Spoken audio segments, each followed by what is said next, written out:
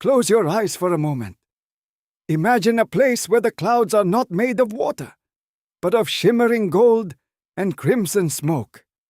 Imagine a land of jagged obsidian spires and rivers of flowing lava, where the air always smells of sulfur and ancient magic. This is the Scale Peaks, the ancestral home of the great fire drakes. In the Scale Peaks, fire is everything. It is the mark of strength, the sign of nobility, and the very breath of life. To be a dragon is to be a master of the flame. From the moment they crack their shells, every young dragon is taught one thing: how to unleash the roar that turns the night into day. And then, there was Ember. Ember was a magnificent dragon in every way. He had scales that shimmered like polished rubies, a long, graceful neck, and eyes the color of a summer sunrise. He was kind, he was curious, and he had a heart that beat with more love than any dragon in the history of the peaks. But Ember had a secret that made him feel like a tiny, flickering candle in a world of raging infernos. Ember could not breathe fire. Every time Ember opened his mouth to let out a mighty roar, nothing came out but a few shimmering, iridescent bubbles. They drifted lazily in the wind, reflecting the colors of the rainbow. And then, pop! They disappeared into nothingness. For a dragon in the Scale Peaks, this was more than a disappointment. It was a disaster. "Look at him!" laughed Ignis, the biggest and loudest of the young drakes. Ignis could melt a boulder in seconds. "Ember isn't a dragon, he's a bubble blower. What are you going to do, Ember? Wash the mountains with your soap?" Ember would lower his head, his ruby scales dimming. He tried everything. He spent his days practicing in the great crater, pushing with all his might until his face turned a deep shade of violet. He ate the hottest peppers grown in the lava beds. He drank the boiling springs of the obsidian gorge. He pleaded with the great elder, a dragon so old that moss grew between his scales. "Please, great elder," Ember whispered, his voice trembling. "Tell me how to find the spark. I want to be strong. I want to fit in." The elder looked at Ember with ancient golden eyes. "Strength, my dear Ember, is not always found in the heat of the flame. Sometimes, the most powerful force in the world is the one that does not burn." But Ember didn't understand. How could a bubble be powerful? How could a shimmer be strong? He felt alone in a world of fire. One afternoon, feeling the weight of his loneliness, Ember flew far away from the Scale Peaks, crossing the border of ash into the Whispering Woods. This was a land of emerald moss, towering silver-leaf trees, and creatures so small and fragile that the dragons usually ignored them. As he glided over the canopy, he saw a group of forest animals, rabbits, squirrels, and tiny blue birds, huddled together by a crystal-clear stream. They looked terrified. A young fawn had wandered too close to a patch of jagged thorns and was trapped, his leg caught, trembling with fear. Ember landed softly, his heavy paws barely touching the moss. As he approached, the animals shrieked and scattered. To them, a dragon meant one thing: fire and destruction. "Please," Ember cried, his voice soft and pleading. "I won't hurt you. I just want to help." The fawn let out a heartbroken bleat. Ember looked at the thorns. They were sharp and cruel, and the fawn was too panicked to stay still. Every time the fawn struggled, the thorns dug deeper. Ember knew he couldn't use his claws. They were too big. He couldn't use fire. He would burn the forest down. In a moment of desperation, Ember closed his eyes and thought of everything he loved: the warmth of his mother's wing, the smell of the morning mist, the kindness of the elder. He opened his mouth and blew. A cascade of 1,000 iridescent bubbles erupted from Ember's mouth. But these weren't ordinary bubbles. They were glowing with a soft, pearlescent light. As the bubbles floated toward the fawn, something magical happened. The bubbles didn't just pop. They drifted into the thorns.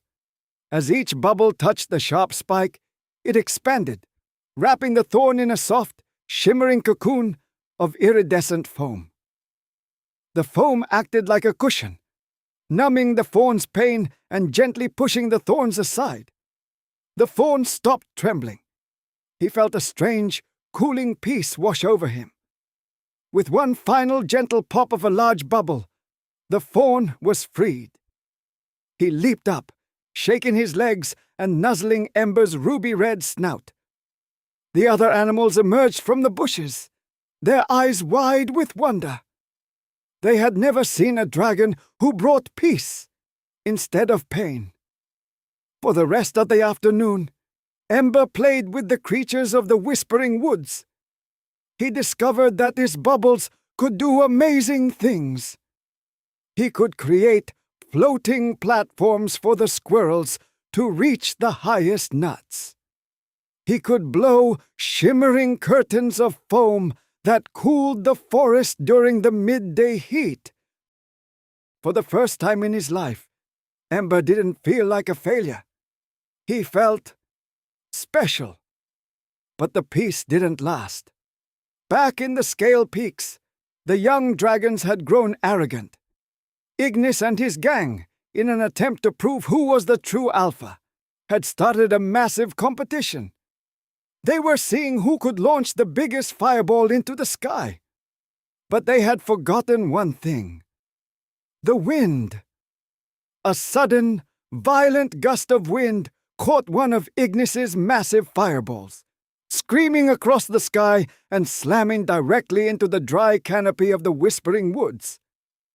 In seconds, the forest was a wall of orange death. The fire spread with a hunger that no dragon could control. The very animals Ember had befriended were now trapped, the smoke thick and choking, the heat unbearable. The great fire drakes of the Scale Peaks flew out to help, but they only made it worse. They tried to fight the fire with their own flames, attempting to burn out the fuel, but their heat only fed the inferno. The forest was becoming a furnace. "We can't stop it!" Ignis roared, his voice cracking with fear. "The fire is too strong! We have to abandon the valley!" But Ember could not abandon his friends. He flew straight into the heart of the smoke, his ruby scales reflecting the terrifying glow of the flames. He saw the animals huddled on a small island in the middle of the stream, the fire closing in from all sides. The water was disappearing, evaporated by the intense heat. Ember knew that fire cannot be fought with more fire. It must be cooled. It must be calmed. He flew to the highest peak above the forest, drawing in the deepest breath he had ever taken. He didn't think about strength. He didn't think about power. He thought about the fawn, the squirrels, and the fragile beauty of the woods. He poured every ounce of his love and every shred of his soul into one single massive effort. From Ember's mouth erupted a tidal wave of iridescent bubbles. They weren't just bubbles anymore. They were spheres of pure, cooling energy. Millions of them poured from the sky like a shimmering waterfall of pearls. As the bubbles hit the flames, they didn't just pop. They expanded into thick, shimmering clouds of iridescent foam. The foam smothered the fire, cutting off the oxygen and absorbing the heat. The roaring orange flames were replaced by a soft, glowing pearlescent mist. The heat vanished. The smoke cleared. The fire was gone, replaced by a cool, damp silence. The other dragons landed in the valley, their mouths agape. They looked at the forest, now shimmering with the remnants of Ember's iridescent foam. And then they looked at the small, ruby-red dragon, who stood alone in the center of the miracle. Ignis stepped forward, his head low, his voice no longer booming, but quiet and humbled. Ember, we were wrong. We thought fire was the only way to be strong. But your breath did what all of our flames could not. You didn't just save the forest. You saved us from our own pride. The great elder descended from the peaks, his golden eyes beaming with pride. I told you, Ember, that the most powerful force is the one that does not burn. Today, you have taught the scale peaks the greatest lesson of all, that being different is not a flaw. It is a gift. From that day on, Ember was no longer the bubble blower of the peaks. He was the warden of the woods, the only dragon in the world who could heal what fire destroyed. He still couldn't breathe a single spark, and he never wanted to, because he had discovered that while fire can destroy in a second, a single shimmering bubble of kindness can save a world. The moral of our story today, my dear friends, is that we are all born with a unique spark. Some of us are like fire, bold and powerful. Others are like bubbles, gentle and calming. Never feel sad because you don't fit the mold. Remember, the very thing that makes you different is often the very thing that makes you a hero.